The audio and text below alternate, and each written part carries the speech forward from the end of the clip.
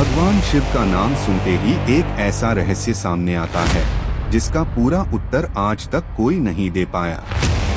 ब्रह्मा को सृष्टि का रचयिता माना गया है, जहां विज्ञान की सीमाएं समाप्त हो जाती हैं, वहीं से प्रारंभ होते हैं सनातन धर्म के अद्भुत रहस्य। प्राचीन कथाओं, दिव्य शक्तियों और अनूठे रहस्यों की इस अलौकिक दुनिया में आपका स्वागत है। आप देख रहे हैं सनातन कला।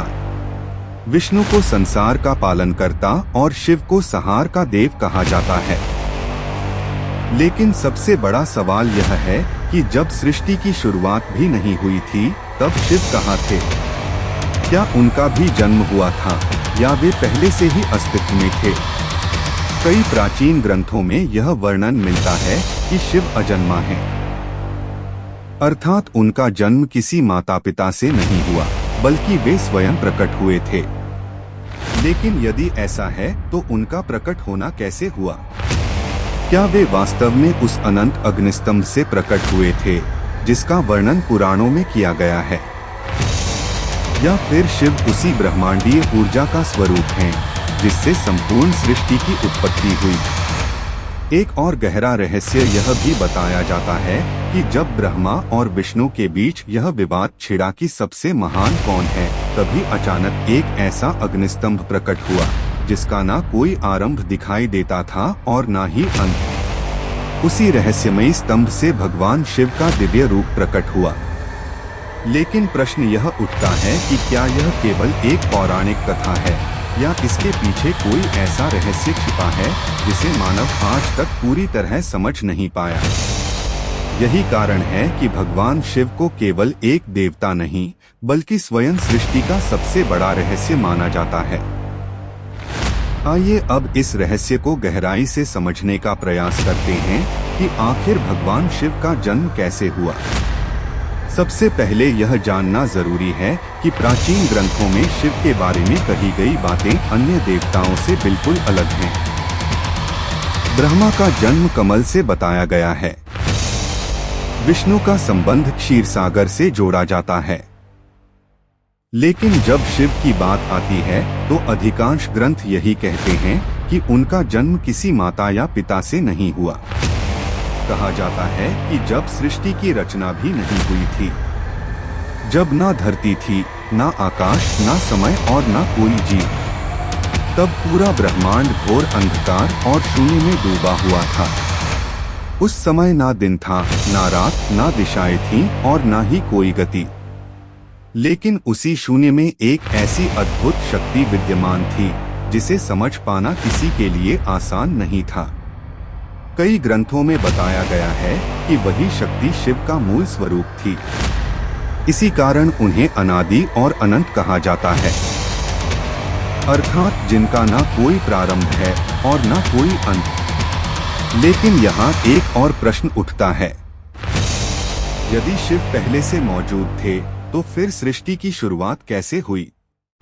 कुछ पुराणों में वर्णन मिलता है कि जब सृष्टि निर्माण का समय आया, तब सबसे पहले एक अद्भुत प्रकाश प्रकट हुआ। यह कोई साधारण प्रकाश नहीं था, बल्कि एक दिव्य ऊर्जा थी जो पूरे ब्रह्मांड में फैल गई। अनेक साधु और विद्वान मानते हैं कि वही ऊर्जा शिव का वास्तविक स्वरूप है।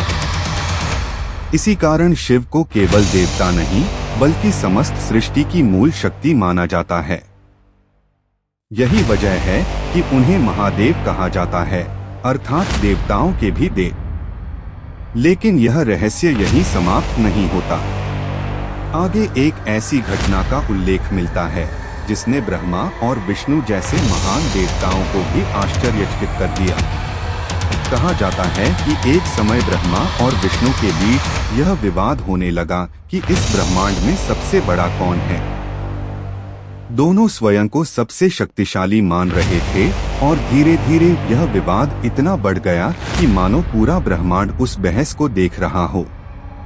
तभी अचानक कुछ ऐसा हुआ जिसने दोनों को शांत कर दिया।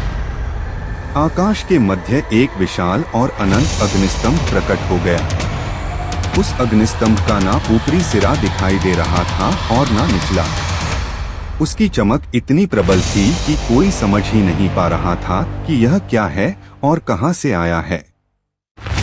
कहा जाता है कि इसी रहस्यमय अग्निस्तंभ से भगवान शिव के प्रकट होने की कथा जुड़ी हुई है और यही वह घटना थी जिसने सिद्ध किया कि शिव का रहस्य साधारण नहीं बल्कि पूरे ब्रह्मांड से जुड़ा हुआ है। जब वह अनंत अग्निस्तंभ प्रकट हुआ तो ब्रह्मा और विष्णु दोनों उसे देखकर आश्चर्य में पड़ गए। उन्होंने ऐसा दृश्य पहले कभी नहीं देखा था। वह अग्निस्तंभ इतना विशाल और तेजस्वी था कि उसकी रोशनी पूरे ब्रह्मांड में फैल गई। सबसे विचित्र बात यह थी कि उसका ना कोई आरंभ दिखाई देता था और ना अंत। तभी दोनों के मन में एक विचार आया। उन्होंने सोचा कि जो इस अग्निस्तंभ का आदि या अंत खोज लेगा वही सबसे बड़ी शक्ति कहलाएगा। इसके बाद दोनों देवताओं ने उस रहस्य को जानने का निर्णय लिया। ब्रह्मा जी ने हंस का रूप धारण किया और ऊपर की दिशा में उड़ने लगे ताकि उस स्तंभ का अंत खोज सकें। वहीं भगवान विष्णु ने वराह का रूप लिया और नीचे की ओर गहराइयों में जाने लगे ताकि यह जान सकें कि वह अग्निस्तंभ कहां से आरंभ हुआ है। कहते हैं दोनों देवता हजारों वर्षों तक उस अग्निस्तंभ का अंत खोजने का प्रयास करते रहे। ब्रह्मा ऊपर उड़ते गए और विष्णु नीचे उतरते गए, लेकिन जितना आगे बढ़ते वह स्तंभ उतना ही आगे बढ़ता दिखाई देता। अंततः दोनों थक गए और उन्हें समझ में आ गया कि यह कोई सामान्य शक्ति नहीं है। जब वे वापस लौटे तब वही अग्निस्तंभ अचानक दिव्य प्रकाश में बदल गया और उसी प्रकाश से भगवान शिव का स्वरूप प्रकट हुआ। उनका तेज इतना प्रखर था कि ब्रह्मा और विष्णु दोनों ने तुरंत सिर झुका दिया। उसी क्षण उन्हें यह एहसास हुआ कि शिव का ना कोई आरंभ है और ना कोई अंत। इसी कारण उन्हें स्वयंभू और अनंत कहा जाता है। लेकिन इस घटना के बाद भी लोगों के मन में एक प्रश्न बना रहा कि यदि शिव स्वयंभू हैं और सृष्टि से पहले से विद्यमान थे तो फिर उन्हें त्रिदेवों में स्थान कैसे मिला। ब्रह्मा, विष्णु और शिव के बीच यह संबंध कैसे स्थापित हुआ, यही रहस्य आगे की कथा में समझ आता है। यही वह क्षण था जब ब्रह्मा और विष्णु को यह ज्ञात हुआ कि जिस शक्ति को वे खोजने का प्रयास कर रहे थे वह किसी एक दिशा तक सीमित नहीं है। वह शक्ति ना ऊपर समाप्त होती है और ना नीचे, बल्कि पूरे ब्रह्मांड में व्याप्त है। जब उस अग्निस्तंभ से भगवान शिव का दिव्य रूप प्रकट हुआ तब उनका तेज इतना प्रबल था कि कुछ समय तक ब्रह्मा और विष्णु उनकी ओर सीधे देख भी नहीं पाए। दोनों ने तुरंत झुककर उन्हें प्रणाम किया। उसी समय उन्हें यह अनुभव हुआ कि यही वह शक्ति है जो सृष्टि से पहले भी थी और सृष्टि के बाद भी रहेगी। कई पुराणों में इसी कारण शिव को अनादि और अनंत कहा गया है, अर्थात जिनकी ना कोई शुरुआत है और ना अंत। लेकिन इसके बाद भी एक और प्रश्न खड़ा होता है। यदि शिव पहले से ही विद्यमान थे तो फिर ब्रह्मा और विष्णु की भूमिका क्या थी। कुछ ग्रंथों के अनुसार जब सृष्टि की रचना शुरू हुई तब ब्रह्मांड को संचालित करने के लिए 3 शक्तियों की आवश्यकता थी। पहली शक्ति जो सृष्टि का निर्माण करे, दूसरी जो उसका पालन करे और तीसरी जो समय आने पर उसका संहार करे ताकि नई सृष्टि का मार्ग खुल सके। इसी कारण ब्रह्मा को सृष्टि का रचयिता माना गया, विष्णु को पालनकर्ता और शिव को संहार का देव कहा गया। लेकिन कई विद्वान यह भी मानते हैं कि शिव केवल संहार के देव नहीं हैं, वे सृजन और परिवर्तन दोनों के प्रतीक हैं। क्योंकि जब किसी चीज का अंत होता है तभी किसी नई शुरुआत का मार्ग बनता है। इसी परिवर्तन की शक्ति को शिव का स्वरूप माना जाता है। यही वजह है कि उन्हें महादेव कहा जाता है।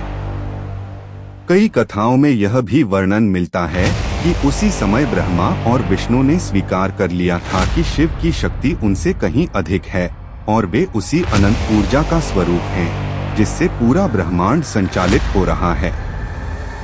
लेकिन कहानी यहीं समाप्त नहीं होती। इसके बाद एक और रहस्य सामने आता है जिसने सदियों से लोगों को सोचने पर मजबूर किया है। यदि शिव का जन्म नहीं हुआ तो फिर रुद्र का जन्म कैसे हुआ और रुद्र का संबंध भगवान शिव से कैसे जुड़ा? यही कथा शिव के एक और रहस्यमयी रूप को सामने लाती है। इस प्रश्न का उत्तर कुछ प्राचीन ग्रंथों में मिलता है। कहा जाता है कि जब ब्रह्मा जी सृष्टि की रचना कर रहे थे तब उन्हें यह अनुभव हुआ कि सृष्टि को संतुलित रखने के लिए केवल निर्माण और पालन पर्याप्त नहीं है। समय आने पर परिवर्तन और संहार भी आवश्यक है ताकि नई सृष्टि का मार्ग खुल सके। इसी विचार से उन्होंने एक दिव्य शक्ति को प्रकट करने का संकल्प लिया। कहते हैं उसी समय ब्रह्मा जी के भीतर से एक तेजस्वी बालक प्रकट हुआ। जैसे ही वह प्रकट हुआ वह जोर जोर से रोने लगा। उसका रुदन इतना गूंजदार था कि उसकी ध्वनि पूरे ब्रह्मांड में फैल गई। उसी कारण ब्रह्मा जी ने उसका नाम रखा रुद्र, जिसका अर्थ होता है रोने वाला या जिसकी ध्वनि गूंजती है। लेकिन वह कोई साधारण बालक नहीं था। उसका तेज अत्यंत प्रबल था और उसकी शक्ति को देखकर स्वयं ब्रह्मा जी भी चकित रह गए। कहा जाता है कि वह बालक लगातार रोता ही जा रहा था। तब ब्रह्मा जी ने उसे अलग अलग नामों से पुकारना शुरू किया। कई ग्रंथों में उल्लेख मिलता है कि उन्होंने उसे अनेक नाम दिए और हर नाम एक अलग शक्ति का प्रतीक था। धीरे धीरे वह बालक शांत हो गया। कई विद्वानों का मानना है कि यही रुद्र आगे चलकर भगवान शिव के एक स्वरूप के रूप में प्रसिद्ध हुए। अर्थात शिव और रुद्र अलग नहीं बल्कि एक ही शक्ति के दो रूप माने जाते हैं। एक रूप वह जो अनंत और स्वयंभू है और दूसरा वह जो सृष्टि के संतुलन के लिए प्रकट होता है। यही कारण है कि कई स्थानों पर भगवान शिव को रुद्र भी कहा जाता है। लेकिन भगवान शिव के स्वरूप से जुड़े रहस्य यहीं समाप्त नहीं होते। उनके गले में विराजमान वासुकी नाग, मस्तक पर अर्धचंद्र और शरीर पर लगी भस्म के पीछे भी ऐसी कथाएं छिपी हैं जिन्हें सुनकर लोग आज भी आश्चर्य में पड़ जाते हैं।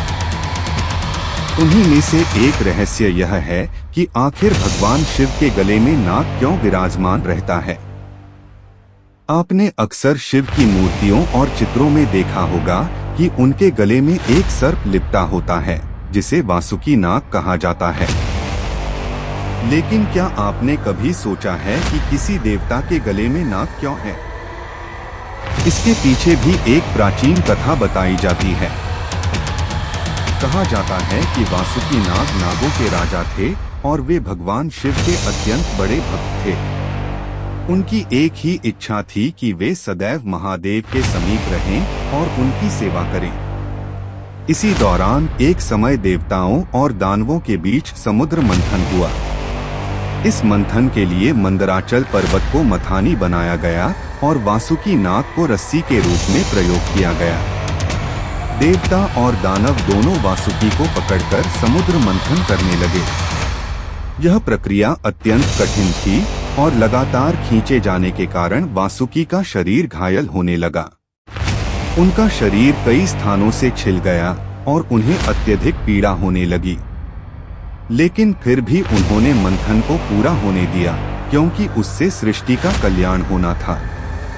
कहते हैं कि भगवान शिव वासुकी की इस भक्ति और सहनशीलता से अत्यंत प्रसन्न हुए। जब समुद्र मंथन समाप्त हुआ तब शिव ने वासुकी को अपने गले में स्थान दे दिया ताकि वे सदैव उनके साथ रह सकें। तभी से वासुकी नाग भगवान शिव के गले का आभूषण बन गए। कई लोग यह भी मानते हैं कि नाग समय और मृत्यु का प्रतीक होते हैं और शिव के गले में नाग का होना यह दर्शाता है कि महादेव समय और मृत्यु दोनों के स्वामी हैं। लेकिन भगवान शिव के स्वरूप से जुड़ा एक और रहस्य भी है जिसे देखकर लोग हमेशा आश्चर्य में पड़ जाते हैं। आपने देखा होगा कि शिव के मस्तक पर सदैव अर्धचंद्र विराजमान रहता है। आखिर भगवान शिव ने चंद्रमा को अपने मस्तक पर क्यों धारण किया? इसके पीछे भी एक रोचक कथा प्रचलित है। कहा जाता है कि प्रजापति दक्ष ने अपनी 27 पुत्रियों का विवाह चंद्रदेव से किया था। ये 27 पुत्रियां आकाश के 27 नक्षत्रों का प्रतीक मानी जाती हैं। विवाह के समय चंद्रदेव ने वचन दिया था कि वे सभी पत्नियों को समान प्रेम और सम्मान देंगे। लेकिन समय बीतने के साथ चंद्रदेव का झुकाव एक पत्नी रोहिणी की ओर अधिक हो गया। वे अधिकतर समय उसी के साथ बिताने लगे और बाकी पत्नियां स्वयं को उपेक्षित महसूस करने लगी।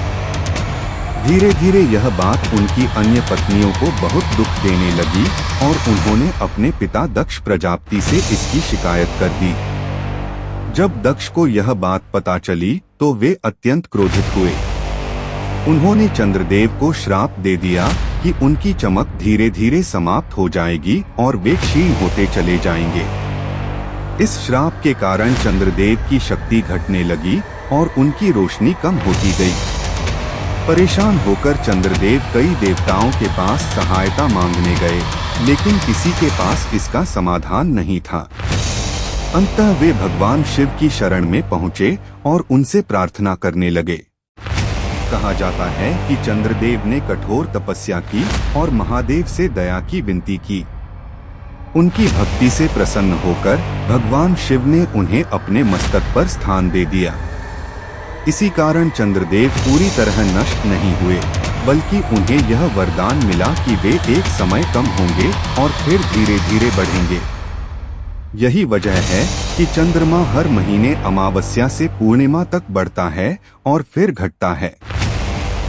इसी घटना के बाद भगवान शिव को चंद्रशेखर भी कहा जाने लगा, अर्थात वह देव जो अपने मस्तक पर चंद्रमा को धारण करते हैं। लेकिन शिव के स्वरूप का एक और रहस्य भी है जो लोगों को हमेशा सोचने पर मजबूर करता है, और वह है आखिर भगवान शिव अपने शरीर पर भस्म क्यों लगाते हैं। आपने देखा होगा कि शिव के पूरे शरीर पर राख लगी होती है।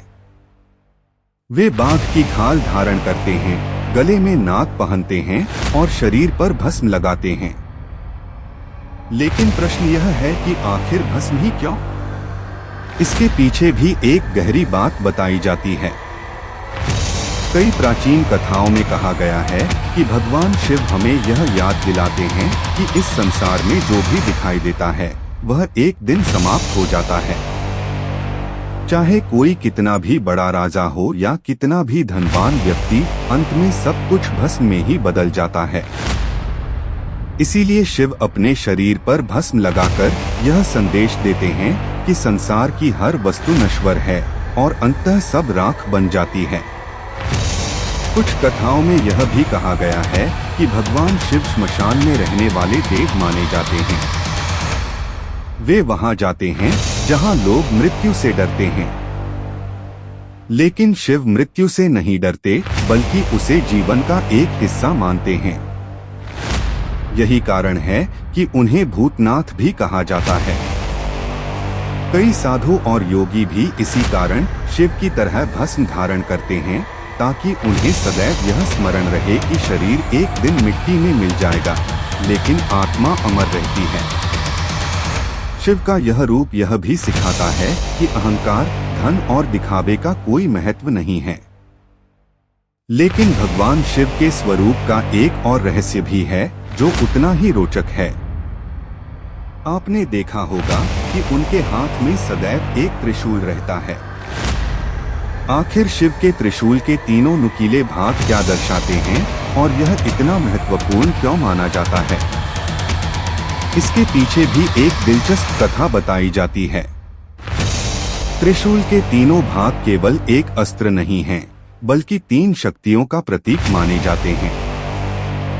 कई विद्वानों के अनुसार यह सृष्टि के 3 नियमों को दर्शाते हैं: सृजन, पालन और संहार। अर्थात वही 3 शक्तियां जो पूरे ब्रह्मांड को संचालित करती हैं। इसी कारण त्रिशूल को शिव की सबसे बड़ी शक्ति का प्रतीक माना जाता है। कुछ कथाओं में यह भी बताया गया है कि त्रिशूल शिव की 3 अवस्थाओं का प्रतीक है: भूत, वर्तमान और भविष्य। अर्थात समय की तीनों दिशाओं पर भी महादेव का नियंत्रण माना जाता है।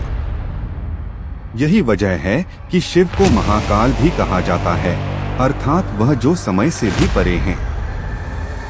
एक अन्य कथा के अनुसार त्रिशूल का निर्माण भगवान विश्वकर्मा ने किया था। कहा जाता है कि सूर्य की प्रचंड ऊर्जा को कम करने के लिए जब उसका एक हिस्सा अलग किया गया तो उसी दिव्य ऊर्जा से कई दिव्य अस्त्र बनाए गए। उन्हीं में से एक त्रिशूल भी था, जिसे बाद में भगवान शिव को अर्पित किया गया। लेकिन शिव का त्रिशूल केवल युद्ध का हथियार नहीं माना जाता। कई लोग इसे संतुलन का प्रतीक भी मानते हैं। यह हमें समझाता है कि सृष्टि तभी संतुलित रहती है जब निर्माण, पालन और परिवर्तन तीनों साथ चलते रहें।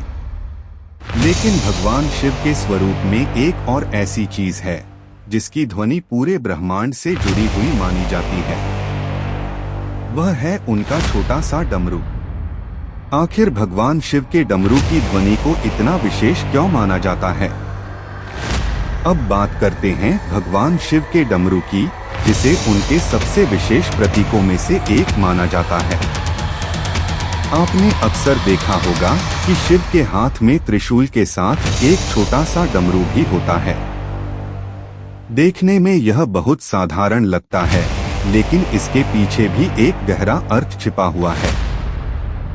कई पौराणिक कथाओं के अनुसार सृष्टि की शुरुआत में कोई ध्वनि नहीं थी। चारों ओर केवल शांति और शून्य था। जब सृष्टि बनने लगी तब पहली बार ध्वनि का प्रकट होना भी आवश्यक था, क्योंकि ध्वनि के बिना शब्द नहीं बन सकते और शब्दों के बिना ज्ञान का प्रसार संभव नहीं होता। कहा जाता है कि उसी समय भगवान शिव ने अपना डमरू बजाया। मान्यता है कि उसकी ध्वनि से ब्रह्मांड में कंपन उत्पन्न हुआ और उसी कंपन से ध्वनि, भाषा और संगीत की शुरुआत हुई। कुछ ग्रंथों में यह भी बताया गया है कि शिव के डमरू से 14 विशेष ध्वनियां निकली थीं, जिन्हें महेश्वर सूत्र कहा जाता है। इन्हीं ध्वनियों से आगे चलकर संस्कृत भाषा के अक्षरों का निर्माण हुआ। इसीलिए कई विद्वान मानते हैं कि शिव केवल योग और ध्यान के देव नहीं हैं, बल्कि ज्ञान और ध्वनि के भी स्रोत हैं। जब भगवान शिव तांडव नृत्य करते हैं और डमरू बजाते हैं, तब वह केवल नृत्य नहीं होता, बल्कि सृष्टि की गति का प्रतीक माना जाता है। यह दर्शाता है कि ब्रह्मांड सदैव परिवर्तनशील है और हर क्षण गतिमान है। लेकिन भगवान शिव के जीवन से जुड़ा एक और बड़ा रहस्य भी है, जिसने अनेक लोगों को आश्चर्यचकित किया है। आपने अक्सर सुना होगा कि शिव को भांग और धतूरा अर्पित किया जाता है। आखिर भगवान शिव को भांग क्यों चढ़ाई जाती है और इसके पीछे क्या कारण है? यह भी एक रोचक कथा से जुड़ा हुआ है। कहा जाता है कि जब देवताओं और दानवों के बीच समुद्र मंथन हुआ, तब उस मंथन से अनेक दिव्य वस्तुएं निकली। लेकिन उन्हीं के साथ एक अत्यंत खतरनाक विष भी प्रकट हुआ, जिसे हलाहल विष कहा गया। यह विष इतना घातक था कि यदि वह पूरे ब्रह्मांड में फैल जाता तो संपूर्ण सृष्टि नष्ट हो सकती थी। देवता और दानव दोनों ही इस विष से भयभीत हो गए और किसी को समझ नहीं आ रहा था कि इसका क्या किया जाए। तब सभी देवता भगवान शिव की शरण में पहुँचे और उनसे प्रार्थना की कि वे सृष्टि की रक्षा करें। कहा जाता है कि महादेव ने बिना देर किए उस विष को अपने हाथ में लिया और उसे पी लिया, ताकि पूरा संसार सुरक्षित रह सके। लेकिन वह विष इतना प्रबल था कि शिव के गले में तीव्र जलन होने लगी। तभी माता पार्वती ने उनकी रक्षा के लिए उस विष को उनके गले में ही रोक दिया। इसी कारण भगवान शिव का गला नीला पड़ गया और तभी से उन्हें नीलकंठ कहा जाने लगा। कई कथाओं में बताया जाता है कि उस विष की जलन को शांत करने के लिए शिव को ठंडक देने वाली वस्तुएं अर्पित की जाने लगी। इसी कारण भांग और धतूरा चढ़ाने की परंपरा शुरू हुई। लेकिन भगवान शिव से जुड़ा एक और रहस्य है, जिसने सदियों से लोगों को आकर्षित किया है, और वह है कैलाश पर्वत। आखिर कैलाश पर्वत को इतना रहस्यमय क्यों माना जाता है और क्यों कहा जाता है कि वही भगवान शिव का निवास है? यही रहस्य हमें आगे समझ में आता है। तो दोस्तों, भगवान शिव के जन्म और उनके स्वरूप से जुड़े ये रहस्य हमें यह समझाते हैं कि महादेव केवल एक देवता नहीं है, बल्कि पूरी सृष्टि की उस शक्ति का प्रतीक हैं जो निर्माण भी करती है, पालन भी करती है और समय आने पर परिवर्तन भी लाती है। उनके हर रूप के पीछे कोई ना कोई गहरी सीख छिपी हुई है। अगर आपको भगवान शिव से जुड़े ऐसे ही रहस्य और प्राचीन कथाएं जानना पसंद है तो इस वीडियो को लाइक जरूर करें और चैनल को सब्सक्राइब करना ना भूलें, क्योंकि आगे भी हम ऐसे ही रहस्यमय विषयों को सरल भाषा में आपके सामने लेकर आते रहेंगे। साथ ही कमेंट में जरूर बताइए कि भगवान शिव से जुड़ा कौन सा रहस्य आपको सबसे अधिक रोचक लगा। अगली कहानी में हम उजागर करेंगे एक और ऐसा रहस्य जिसे सुनकर आपकी आत्मा तक कांप उठेगी। इसलिए जुड़े रहिए सनातन कला के साथ।